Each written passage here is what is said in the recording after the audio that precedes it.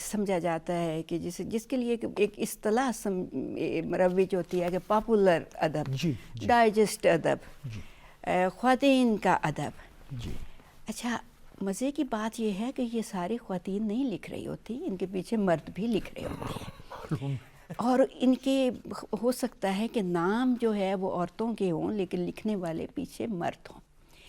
اور جب کوئی بھی اپنے لکھنے کا ابتداً یعنی کہ 7ویں 8ویں کلاس سے جب وہ پڑھنا شروع کرتا ہے یا لکھنا شروع کرتا ہے تو شاید ہر گھر میں یہ رسائل جو ہے اس کی پہنچ میں ہوتے ہیں۔ لٹریچر ہر گھر میں نہیں ہوتا۔ صحیح۔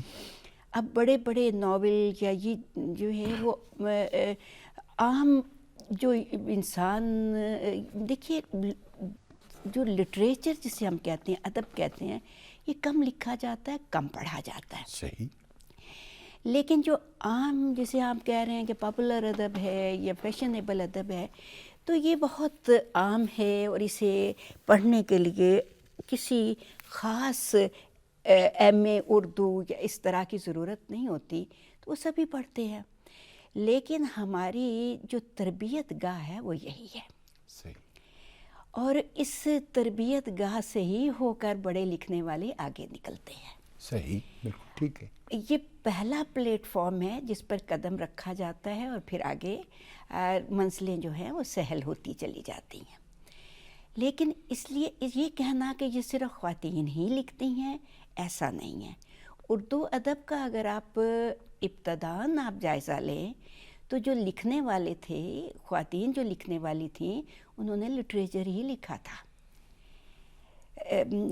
آپ رشید جہاں کو دیکھ لیں، اس کے بعد یہ جو ہماری یہ حجاب امتیاز علی کو دیکھ لیں، قرۃ العین کی والدہ دیکھ لیں، پھر اس کے بعد عصمت چغتائی جنہوں نے مردوں کے بھی کانوں سے دھوئیں نکال دیے، تو یہ سب لٹریچر لکھ رہی تھیں۔ یہ جو درمیان میں ایک دور آتا ہے جس میں ایم اسلم بھی لکھ رہے ہیں اور کچھ اور مرد بھی اس طرح، تو یہ ایک ضرورت بنی تھی رسائل کی، صحیح، کہ رسائل گھر گھر پہنچیں، اور جو بھی کوئی پرائمری پڑھا ہوا ہے یا کوئی 2-4 اس کو وہ لفظ اٹھا سکتا ہے تو ان کے لیے بھی ایک دلچسپی کا سامان کیا جائے۔ تو ڈائجسٹ بہت سارے نکلے، اور چونکہ خواتین کا زیادہ گھر میں رہنے کا تھا تو خواتین کے نام سے خواتین ڈائجسٹ یہ وہ جو ہے وہ چھپنا شروع ہوئے، لیکن ان کے اندر بھی بڑی بڑی کمال کی کہانیاں ہیں، اور بڑے وہ لوگ بھی آگے بڑھے، اور بہت سارے ان میں سے لوگ جو ہے وہ آپ کے ٹی وی ڈراموں کی طرف آئے، ان کی تربیت گاہ وہ تھی، تو وہ کبھی آپ ان کو کمتر نہیں کہہ سکتے، وہ ایک سٹیج ہو سکتی ہے، اس سٹیج سے آگے وہ بڑھتے ہیں، اور پھر جیسے جیسے ذہن کھلتا ہے، مثلاً مثال کے طور پر یہ کچھ عرصہ پہلے مجھے کہا گیا کسی اخبار کے لیے کہ ناول لکھیں۔ میں نے انہیں کہا جو میں لکھتی ہوں وہ آپ نہیں چھاپیں گے؟ انہوں نے کہا کہ آپ ہمارے قاری کو سامنے رکھ کے لکھیں۔ تو میں نے انہیں کہا کہ نہیں، میرا وہ نہیں ہے، میں نہیں لکھ سکوں گی۔ تو یہ بعض اوقات قاری رکھ کے لکھا جاتا ہے، آپ کے ڈرامے میں پی ٹی وی کے ڈرامے اس میں یہ تھا، لیکن اب قاری کو سامنے رکھ کے لکھا جاتا ہے۔ یہ لکھنے والے کا کوئی دوش نہیں آپ دے سکتے، وہ کچھ ایسا بھی ہوتا ہے کہ آپ کن کے لیے لکھ رہے ہیں اور کیا دیکھا جاتا ہے، کس کو پسند کیا جائے گا۔ کمرشل ہو گیا نا، کسی زمانے میں رسائل بھی کمرشل تھے، تو یہ سب کچھ لکھا گیا۔ لیکن اب یہ کہنا کہ عورتیں کم لکھ رہی تھیں، وہ بھی آج کے زمانے میں لکھ رہی ہیں۔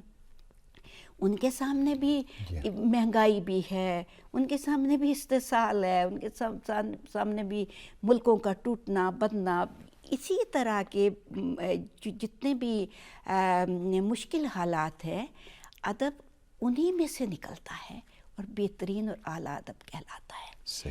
تو عورتیں اس سب کو شاید زیادہ محسوس کر رہی ہوتی ہیں، اس گھر کی چار دیواری میں ان کے مسائل، وہ مہنگائی کے مسائل، بچوں کی تربیت کے مسائل، تعلیم کے مسائل، یہ سب کچھ جو ہے وہ جھیل رہی ہیں. تو اس لیے کبھی بھی یہ کہنا ہاں یہ ہو سکتا ہے کہ ان کے سامنے مواقع کم آئیں، جی ان کو مواقع کم دیے جائیں. وہ ممکن ہے کہ انہوں نے بحری جہاز کا سفر نہ کیا ہو تو وہ اس طرح اسے نہ لکھ سکیں. صحیح. لیکن یہ مرد لکھنے والے نے کیا ہے تو وہ زیادہ اچھے طریقے سے لکھ سکے گا. اس نے جو جس طرح کا بھی دنیا اس نے دیکھی ہے، اس دنیا میں سے وہ ایک بہترین چیز جو ہے وہ پیش کرنے کی صلاحیت رکھتی ہے. بجا فرمایا. لیکن یہ ممکن ہے کہ اس کا اتنا اس کی نگاہ کو یا اس کو موقع نہ دیا گیا ہو کہ اتنا وہ آگے دیکھ سکے. لیکن جس حد تک مثلاً بعض اوقات وہ نہیں بھی دیکھتی تو اس کا تخیل، اب یہ جیسے خواتین کے تخیل دیکھیں کہاں تک پہنچتا ہے، بغیر دیکھے جاتا ہے. تو جب بھی موقع اسے ملا اس نے کبھی مایوس نہیں کیا. جیسے پچھلی دفعہ بھی میں نے آپ سے یہ بات کہی تھی کہ آپ ذرا فکشن کو دیکھیں تو صحیح. جی وہ ہم نے بلونت کو پڑھا، بیدی صاحب کو پڑھا. ہمارے ڈائریکٹر اساتذہ میں غلام ثقلین نقوی صاحب شامل تھے. اور وہ جس علاقے میں آپ پیدا ہوئی تھی اسی علاقے کی انہوں نے بھی کی ہے، جنہوں نے یہ کہا کہ طاہرہ اقبال کی تحریر جو ہے وہ ان نمونوں سے، اس معیار سے آگے گئی ہے. انہوں نے کوئی مبالغہ نہیں کیا. پڑھنے والے یہ بات جانتے ہیں. ایک چھوٹی سی بات یہاں میں کہہ دوں کہ جب یہ ایک تو یہ بڑی لکھنے والے کی خوش قسمتی ہوتی ہے کہ اس نے کچھ ایسا دیکھا ہو جو دوسروں کی نگاہ سے اوجھل ہو. تو وہ جب اسے پیش کرتا ہے تو اکثر یہ کہا جاتا ہے اچھا یہ بھی ہوتا ہے، ایسا بھی ہوتا ہے. تو ظاہر ہے کہ وہ ایک نئی چیز سامنے لے کے آتا ہے. دوسرا یہ ہوا کہ دیہات کو نا بڑا ہی وہ معصومیت کا ایک رنگ دیا جاتا تھا. بڑے بھولے بھالے لوگ اور بڑے سادگی اور خوبصورتی. انسانی نیچر جہاں کہ بھی ہے اس کے اندر دونوں رویے جو ہے وہ موجود ہے. پیچیدگی بھی ہے، دونوں رویے موجود ہے. اگر وہ کہیں مظلوم ہے تو ظالم بھی ہے. تو غریب یا مسکین کا آپ سمجھے کہ وہ کہیں جا کر ظالم نہیں ہوتا، وہ بھی ظالم ہوتا ہے. انسانی میں فطرت جو ہے وہ سیاہ اور سفید دھاگوں سے مل کے بنی ہے. بالکل بجا فرمایا. آپ کو شعوری طور پہ ادب تخلیق کرتے ہوئے 4 دہائیاں ہوگی. جی. اور بالکل آپ کی جو ابتدائی تحریروں سے اب تک کی جو تحریریں، جی. پروفیسر صاحبہ آپ کے ہاں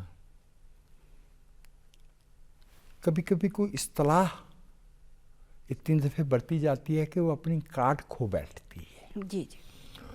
تو ایک دفعہ ہمارے ہاں ایک چلن آیا کہ مزاحمتی ادب. جی. شاید ان معنوں میں تو نہیں، لیکن میں سمجھتا ہوں کہ آپ کا پورا فکشن ایک اکائی میں ایک مزاحمت ہے ظلم، ناانصافی کے خلاف. اگر میں یہ کہوں تو کیا میں نے غلط کہا؟ اچھا، جب ہم لکھ رہے ہوتے ہیں تو یقین کریں کہ کوئی فارمولہ پیش نظر نہیں ہوتا. ٹھیک ہے. یہ نہیں سوچ کے لکھا جا رہا ہوتا کہ میں نے اس بات کو ثابت کرنا ہے یا رد کرنا ہے. کہانی جو آپ کے ارد گرد ماحول اور افراد موجود ہوتے ہیں، کہانیاں وہاں لکھی جا رہی ہیں. ان لکھی ہوئی کہانیوں کو آپ اٹھاتے ہیں اور انہیں الفاظ دیتے ہیں.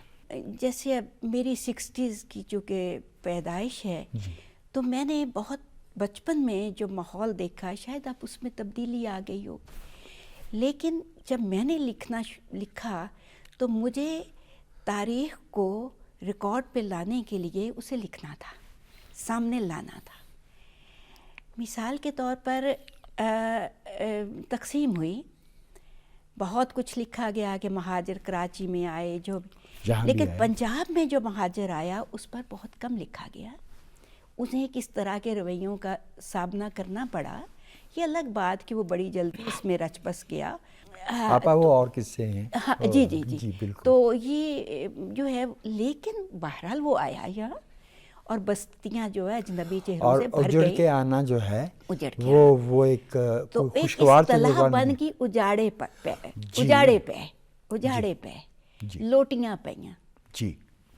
تو وہ لوٹیاں اور اجاڑے جو ہے تو وہ سب چیزیں جو ہیں وہ مجھے لکھنا تھا. تو اب اس میں مزاحمتی ادب کا اگر وہ ہو گیا تو ایک شعوری کوشش نہیں تھی. کیونکہ آپ کوئی بھی لکھنے والا جو ہے وہ اپنے عہد کے جو ناپسندیدہ اور بدصورت چیزیں ہیں زاویے ہیں ان کو ضرور دیکھتا ہے اور ان کو بتاتا ہے کہ یہ اسے تکلیف ہو رہی ہے کہ یہ چیزیں کیا ہیں. دیکھیے اب یہ چیزیں جو ہیں یہ زیادہ وقت چلنے والی نہیں ہیں, ان کو نہیں چلنا چاہیے. تو وہ چیزیں جب پیش کی جاتی ہیں تو وہ ایک مزاحمت بن جاتی ہے کہ ہم اسے پسند تو نہیں کر رہے نا. تو پروپیگنڈا نہیں بنتا کیونکہ کسی بھی لکھنے والے کو آپ لکھنے پر مجبور نہیں کر سکتے. پروپیگنڈا تو ادب ہوتا بھی نہیں. آپ یہ نہیں کہہ سکتے یہ لکھے یہ نہ لکھے, نہیں کہہ سکتے, لائن نہیں دے سکتے. اور وہ جو لکھ رہا ہوتا ہے وہ کسی مقصد کی خاطر نہیں لکھ رہا ہوتا. یہ اس کے اندر ایک چیز پیدا ہوتی ہے, وہ جو ماحول ہے جو اس کی بدصورتی ہیں اس کے اندر ایک احتجاج آتا ہے اور اس احتجاج کو وہ رقم کرتا ہے. فرمایا. وہ کسی کے کہنے پر نہیں کر سکتا اور کسی خاص فائدے یا نقصان کے لیے نہیں کر رہا ہوتا. درست فرمایا. تو یہ سب کچھ ہو سکتا ہے کہ وہ چیز آئی ہو تو اسے بعد میں, کیونکہ میں تو جب لکھا بہت بچپن میں تو اس وقت شاید ان اصطلاحات سے آگاہی بھی نہیں تھی, واقفیت بھی نہیں تھی. تو اگر مجھے وہ ملتا ہے کریڈٹ تو میرے لیے بڑی خوشی کی بات. آپ کی عنایت. اب ایک سوال میرے جیسے طالب علموں کے لیے, آپا نئے لکھنے والوں کو آپ سے ایک چیز خاص طور پہ سیکھنا ہے, وہ ہے مشاہدہ. جی. آپ کا مشاہدہ جو ہے وہ حیران کن طور پہ عمیق ہے. موسموں سے لے کے زمین کے رنگوں تک, ایک پودے سے دوسرے پودے کے فرق تک, حسیاتی اس میں خوشبوئیں ہیں, اس میں رنگ ہیں, اس میں آوازیں ہیں. کیا آپ کہیں گی جو ہم تو اب کیا لکھیں گے, میرے والے لوگ جنہوں نے نہیں لکھا, جنہیں توفیق نہیں ہوئی, تو جو آپ نے لکھا وہ باکمال لکھا. وہ ادب تو نہیں ہے نا بھیا. تو آپ نوجوانوں کو کیسے سمجھائیں گی کہ بیٹے مشاہدے کے لیے جی کن باتوں پہ نظر رکھنی چاہیے, اور کوئی ظاہر ہے ایک ماہر تعلیم اور ایک استاد, اور استاد صرف کمرہ جماعت کا نہیں, استاد بھی اس درجے کو پہنچتا ہے جہاں وہ پورے تمدن کو تعلیم دیتا ہے, لیکن ادیب تو اس سے بھی آگے چلا جاتا ہے, وہ تو ایک پورے عہد کو تعلیم دے رہا ہوتا ہے. تو از رائے کریں. جی اچھا, ایسا ہے کہ میرے سے اکثر یہ سوال کرتے ہیں بچے کہ ہمیں لکھنے کے لیے کیا کرنا چاہیے. پہلی بات تو یہ ہے کہ یہ لکھنا جو ہے اگر تو آپ کے اندر یہ ایک بیماری ہے تو پھر اسے پالیے, اگر نہیں ہے تو مطمئن ہو جائیے کہ آپ اس کرب سے آپ دور ہو گئے تو ٹھیک ہے. کیونکہ لکھنا جو ہے یہ صرف یہی نہیں ہے کہ آپ نے جو کچھ دیکھا اسے لکھ دیا, آپ اسے بسر کرتے ہیں. جی. اپنے اندر جھیلتے ہیں اسے, اور یہ عمل جو ہے چند دنوں کا نہیں ہوتا, یہ سالوں پہ محیط ہوتا ہے, اور یہ ایک دکھ کا شجر ہوتا ہے. کیا بات, سبحان اللہ. جس کی کونپلیں اور پھول پتے آپ کے اندر پھوٹ رہے ہوتے ہیں, یہ آپ کو ایک تکلیف سے گزرنا پڑتا ہے، ایک لمبی ریاضت سے گزرنا پڑتا ہے. تو اگر نہیں ہے تو مطمئن ہو جائیے، بنانے سے نہیں بنتا. یہ خدا نے آپ کو، آپ کے اندر وہ ایک دکھ کا شجر کا بیج خود ہی ڈال دیا ہوتا ہے. جس کے اندر یہ دکھ کا شجر ہے اسے کیسے آگے بڑھنا ہے. ابھی آپ نے مشاہدے کی بات کی. دیکھیے موضوع کبھی بھی نیا نہیں ہوتا. جی آپ کہیں کہ یہ موضوع جو ہے یہ بڑا ہے یا چھوٹا ہے، موضوع کبھی بڑا چھوٹا نہیں ہوتا. اس کو بیان کرنے کا طریقہ اسے بڑا یا چھوٹا بنا دیتا ہے. کیا بات، سبحان اللہ. اور یہ جو بیان کرنے کا طریقہ ہے، ایک ہی دور کے لکھنے والے ادیب اور شاعر کیوں کوئی اعلیٰ یا ادنا بن جاتے ہیں کہ ان کے اندر کا نقاد ادنا یا اعلیٰ ہوتا ہے. صحیح صحیح.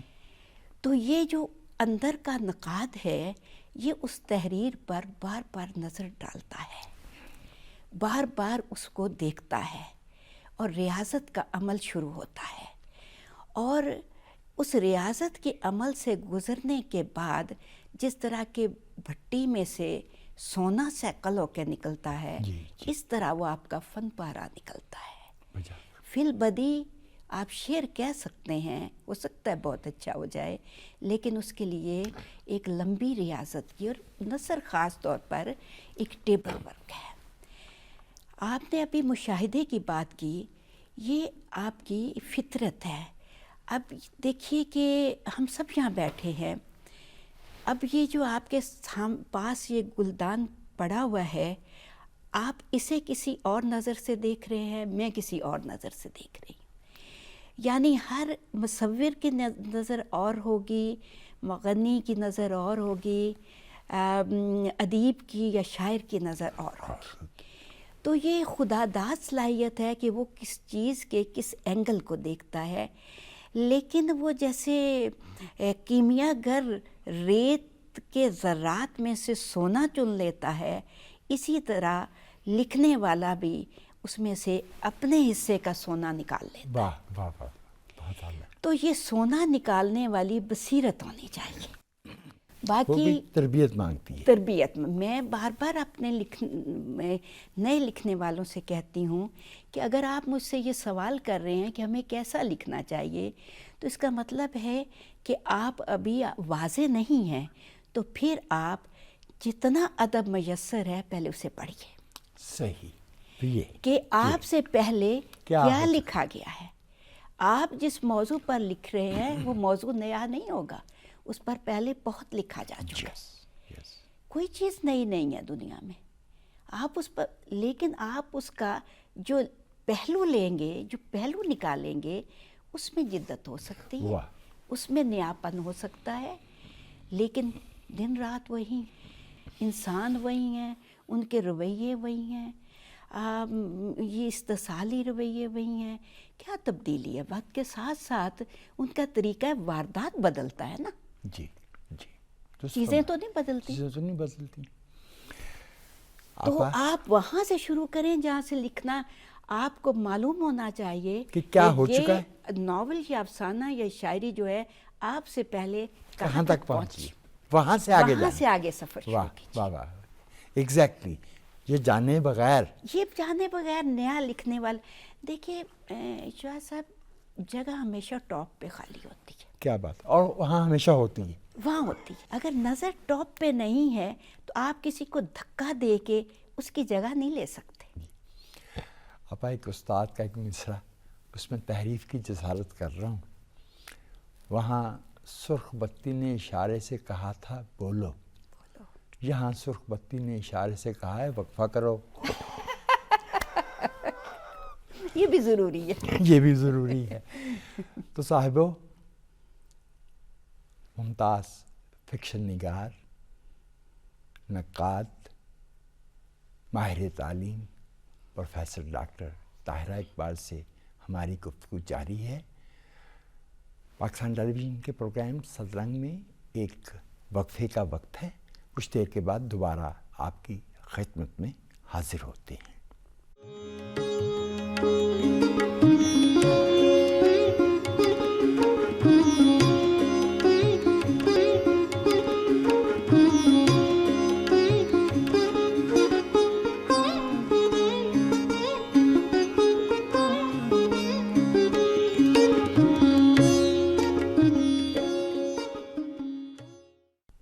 پاکستان ٹیلی ویژن کے پروگرام صد رنگ میں وقفے کے بعد دوبارہ آپ کی خدمت میں حاضر ہیں اور ہماری گفتگو ہو رہی ہے جدید اردو فکشن کا ایک بہت بڑا نام ماہر تعلیم اور نقاد محترمہ پروفیسر ڈاکٹر طاہرہ اقبال سے. ڈاکٹر صاحبہ، ایک اختلافی زاویے کی جسارت کر رہا ہوں. جی ضرور. یہ جب ہم کہتے ہیں کہ یہ صلاحیت تخلیق کی یہ خدا داد ہے تو پھر میں یہ سوچتا ہوں کہ جن بچوں کو بچپن میں مطالعے اور تخلیقی، اب وہ اس کو کریٹیو رائٹنگ کہتے ہیں، تخلیقی تحریر، اس کی کچھ نکات سمجھا دیے گئے ہوں. میری بیٹی کچھ 6 یا 7 برس کی تھی. میں نے ایک دن نا ایسی وہ گزر رہی تھی تو آپ کو پتہ ہے بچے اچھلتے کودتے پھر رہے ہوتے ہیں، تو میں نے کہا بیٹا ادھر آؤ، دیکھو یہ میں نے 2 ٹائٹل لکھے ہیں، تو اس میں سے کون سا. She was barely 7. پاپا this one is more concrete and it creates curiosity and this one is good. یہ ایبسٹریکٹ ہے، it doesn't speak. I was stunned.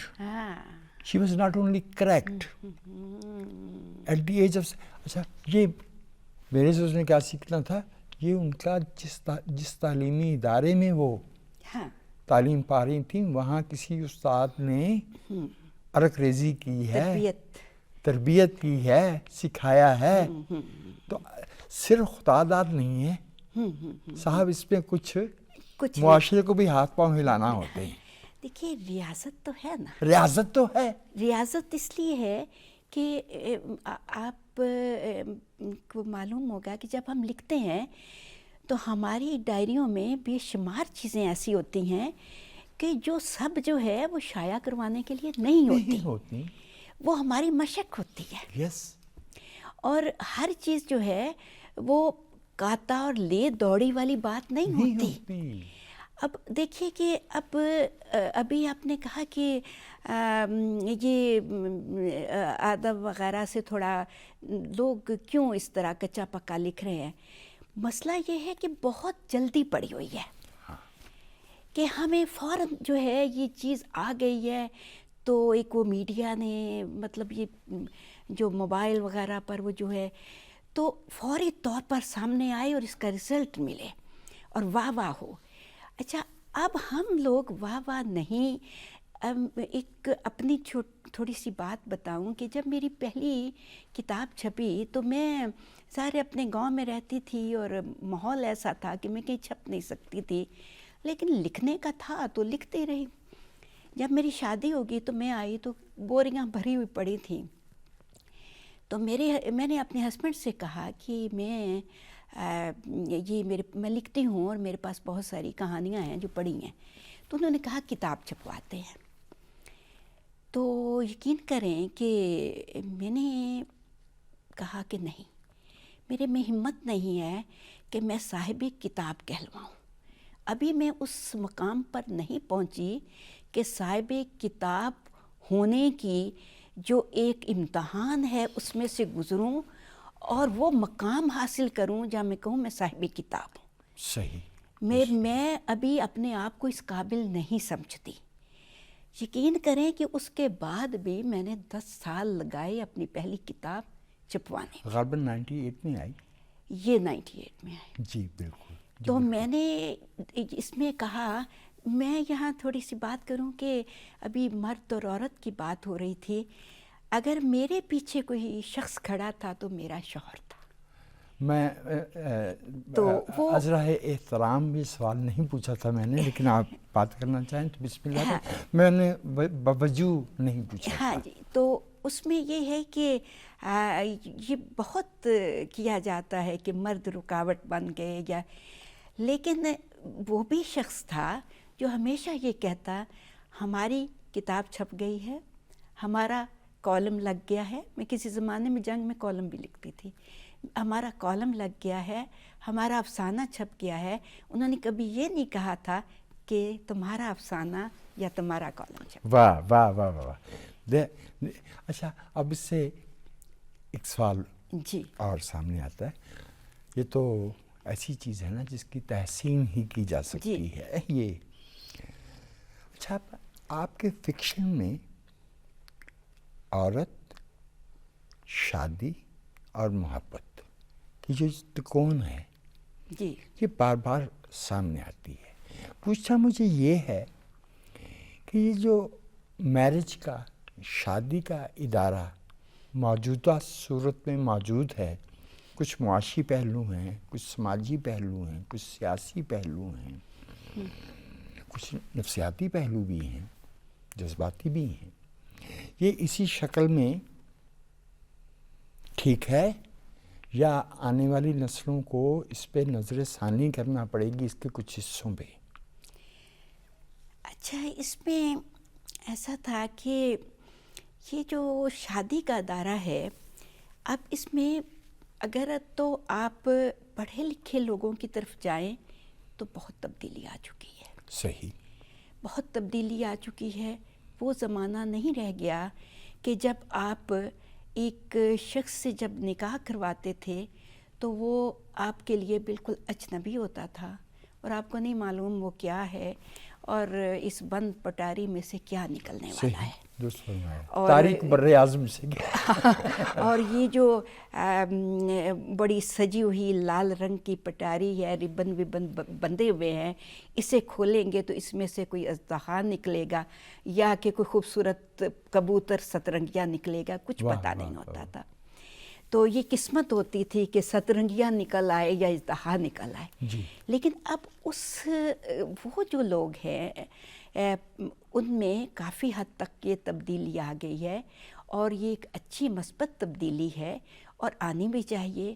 وہاں سے ایک سوال یہ پیدا ہوتا ہے کہ یہ جو مطلب ڈائیورس یا طلاق وغیرہ کا ریشو ہے یہ بڑھ رہا ہے. تو ایک برے ریلیشن شپ کو چلانے کی بجائے اگر آپ اس سے, میں تو سمجھتا یہ بہتر ہے. جو ٹھیک نہیں ہے, جو ہمیں خوشی نہیں دے رہا اس سے آگے بڑھ جانا چاہیے, چڑھ جانا ہے. لیکن تھوڑا سا یہ ہے کہ لڑکی کے لیے یا لڑکے کے لیے 2-3 سال ابتدائی جو ہے وہ تھوڑا صبر اور برداشت ضروری ہے. وہ ضروری ہے کیونکہ اس وقت ایک دوسرے کو سمجھنا یا غلط فہمی کا پیدا ہونا ایک فطری سی بات ہے. تو اگر 1-2 سال اپنے ریلیشن شپ کو دے دیے جائیں تو وہ بہت بہتر ہے. آپ نے 100% درست فرمایا ہے. اس میں جسارت کروں گا صرف ایک نقطہ عرض کرنے کی. اگر اس 2 یا 3 برس کا عرصہ جو اس رشتے کو دینا ہے یہ دیکھنے کے لیے کہ یہ چل رہا ہے یا نہیں, اس دوران میں اگر بچوں کو تھوڑی دیر کے لیے تاخیر دے دی جائے, مؤخر کر دیا جائے.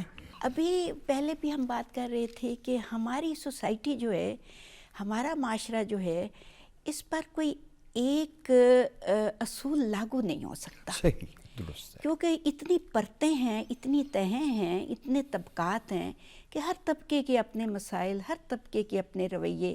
ابھی تو یہ بات تو ہم نے کی کہ جو بچے پڑھے لکھے ہیں, نوکریاں کر رہی ہیں, لڑکیاں بھی کسی نہ کسی اپنے کمانے میں مصروف ہیں.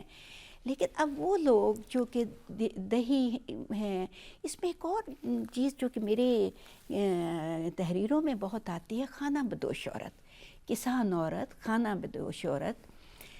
ان کے مسائل بھی آخر ہے تو وہ بھی ہمارے معاشرے کا حصہ ہے نا. ان کے کیا مسائل ہیں, اصل میں یہ دیکھنا ہے. وہ جو آپ کے ہاں بار بار ایک لفظ آتا ہے, وہ بین کرتی تھی.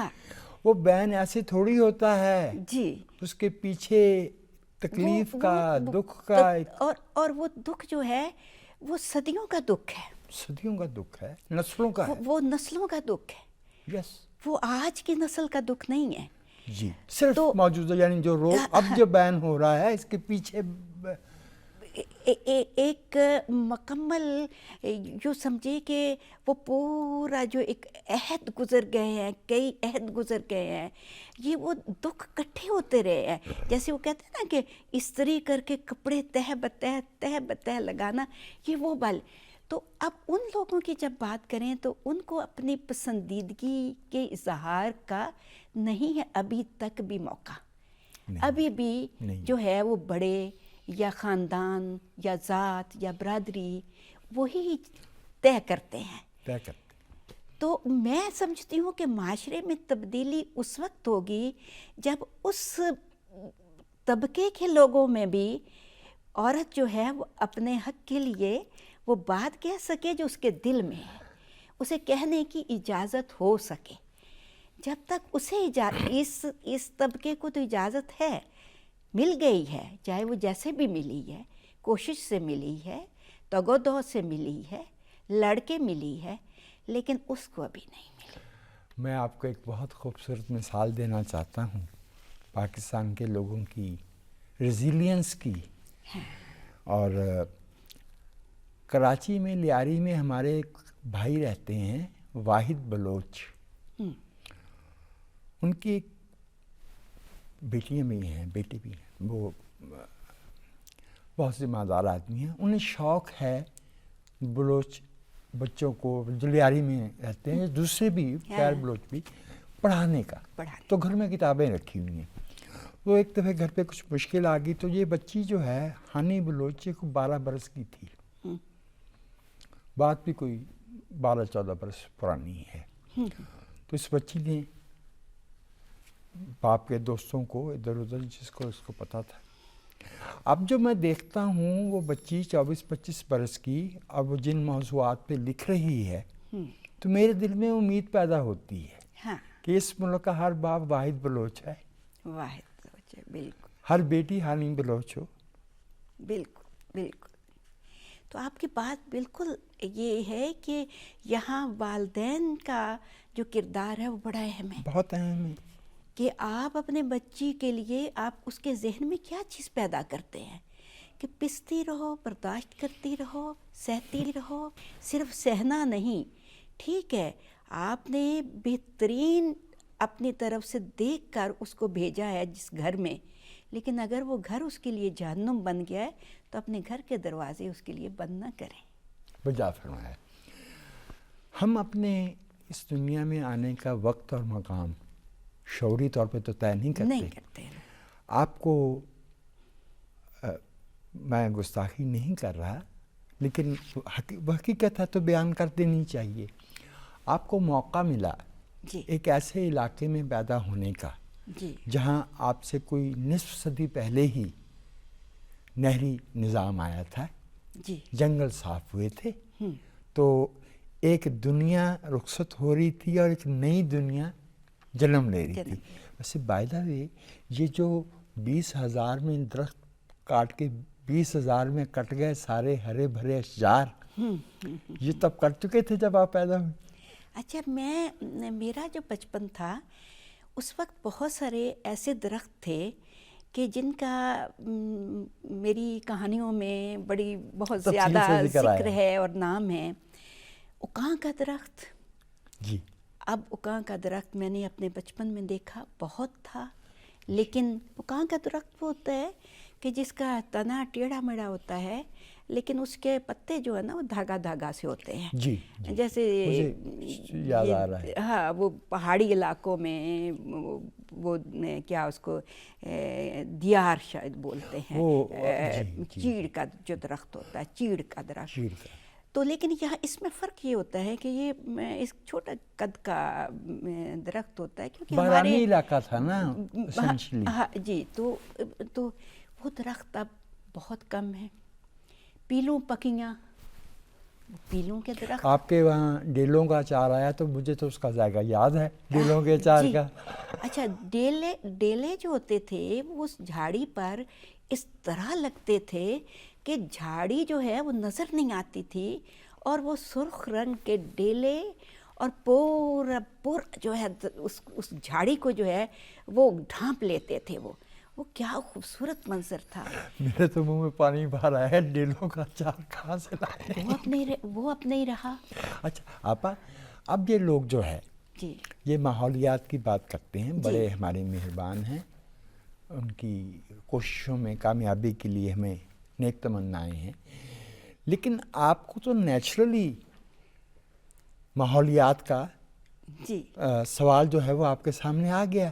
ہاں. تو میں نے تو دیکھا کہ جو آپ کے فکشن میں ماحول کی تھیم ہے، ماحول میں تبدیلیوں کی تھیم ہے، وہ ایک تسلسل کے ساتھ موجود ہے. کچھ ذرا ہمیں بتائیے کہ جیسے بھی آپ نے کہا کہ کچھ درخت جو آپ نے دیکھے تھے وہ نہیں ہیں، کیا کچھ فصلوں میں بھی اور پھر اس کے نتیجے میں کیا اس کا جو زمین پہ بندوبست ہے، یعنی سادہ لفظوں میں جو سیاست ہے، اس سے بھی کچھ تعلق ہے؟ یہ جو لینڈ ہولڈنگ پیٹرن ہے، ایک کے پاس آپ ہی کے علاقے میں 1000 مربع ہیں، ایک کے پاس ایک پاؤں دھرنے کی جگہ بھی نہیں ہے، کیا اس سے بھی کچھ تعلق ہے؟ یہ جو ماحولیات ہے. اچھا پھر ٹیکنالوجی جی جی جی خود بنائی ہے تو اس کی تہذیب بھی ہوگی کہ کیسے استعمال کرنا ہے، کسی سے مانگ لی ہے. جی جی جی اچھا اب ایسا ہے کہ ابھی آپ نے یہ درختوں کی، فصلوں کی، پودوں کی، جھاڑیوں کی، جڑی بوٹیوں کی بات کی ہے. اب ایسی جڑی بوٹیاں، ایسے پودے اور ایسے درخت جو ظاہر ہے کہ ہم نے کسی کتاب سے نہیں پڑھے، ہم نے اپنی آنکھوں سے دیکھے. میری نسل کے لوگوں نے اپنی تحریروں میں ان کا ذکر کیا، جو اب ریکارڈ کے طور پر تو ہیں لیکن زمین پر موجود نہیں ہیں. پرندے نہیں ہیں. مثال کے طور پر جیسے کیکر بہت ڈھیٹ درخت تھا جو ختم ہی نہیں ہوتا تھا، جی، اور اتنی بڑے بڑے اس کے کانٹے اور وہ کیکر دیاں سولاں. جی جی اچھا وہ کبھی ختم نہیں. اب کیکر ختم ہو رہا ہے. جی اچھا اسی طرح شیشم ٹالی، شریں، ایک شریں گاؤں میں ہوتا تھا اور ایسے خوشبو رات کو، کیا لیوینڈر ہوگا اور کیا اس کے عطر ہوگا، کیا خوشبو میں ہوں گی. اس قدر خوشبو اس کے پھولوں کی نہیں ہے اب ہم ان دیہاتوں میں نہیں ہے. اچھا اب اس میں مسئلہ کیا آ رہا ہے؟ مسئلہ یہ آ رہا ہے کہ وہ فصلیں جو بڑی فصلیں ہمارے ہاں اگائی جاتی تھیں، ایک تو کپاس تھی، اور مجھے یاد ہے کہ میں اپنے بچپن میں وہ چھت جتنے ڈھیر لگ جاتا، جب چنائی ہو کے آتی پھر ونڈائی ہوتی تو ہم لوگ جو ہیں ان پر اچھلتے تھے بچپن میں. وہ کپاس ختم ہو گئی، نرمہ ختم ہو گیا، کیڑا کھا گیا، بیماری کھا گئی، فلانی سنڈی کھا گئی، گلابی سنڈی کھا گئی، سفید مکھی کھا گئی، تیلا کھا گیا، وغیرہ وغیرہ. اچھا اب کیا ہوا ہے کہ اس کی جگہ پر زمیندار نے یا کسان نے کئی فصلیں لینا شروع کر دی. پہلے 2 فصلیں ہوتی تھی، ایک گندم ہوتی تھی اور وہ کھیت 6 مہینے کے لیے خالی رکھا جاتا تھا کہ وہ اپنی توانائی حاصل کر سکے، اور پھر اس پر دوسری فصل. اب 3 مہینے کے بعد فصل لی جاتی ہے کیونکہ کپاس بہت منافع بخش فصل تھی. اب اس کے خاتمے کی وجہ سے چھوٹی چھوٹی فصلیں جو ہیں، مکئی ہے، تل ہے، یہ مختلف دالیں ہیں، اس طرح کی فصلیں جو اگانا شروع کر دی گئی ہیں. باقی جو آپ نے کہا یہ سیاست کا ہے، اب اس میں بہت زیادہ یہ ہوا، کٹ رہے ہیں درخت، کالونیاں بن رہی ہیں، زرخیز زمینیں ختم ہو رہی ہیں. زرخیز زمینیں جو سونا اگاتی تھیں ان پر آپ نے کنکریٹ کے جنگل اگا دیے ہیں اس میں، اور اس میں جو درخت تھے وہ سایہ دار درخت، وہ جو ہم نے دیکھے کہ جس میں اب دیکھیے کہ کتنے وہ ون کتنے رہ گئے ہیں، جانڈ کتنے رہ گئے ہیں.